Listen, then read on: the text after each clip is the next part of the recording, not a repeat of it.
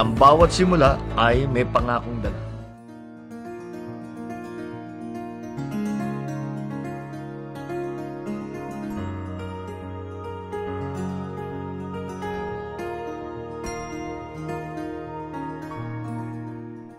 Ito po ang handog natin sa sining at kultura.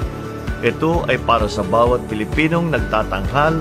Ito ang konsyerto sa palasyo.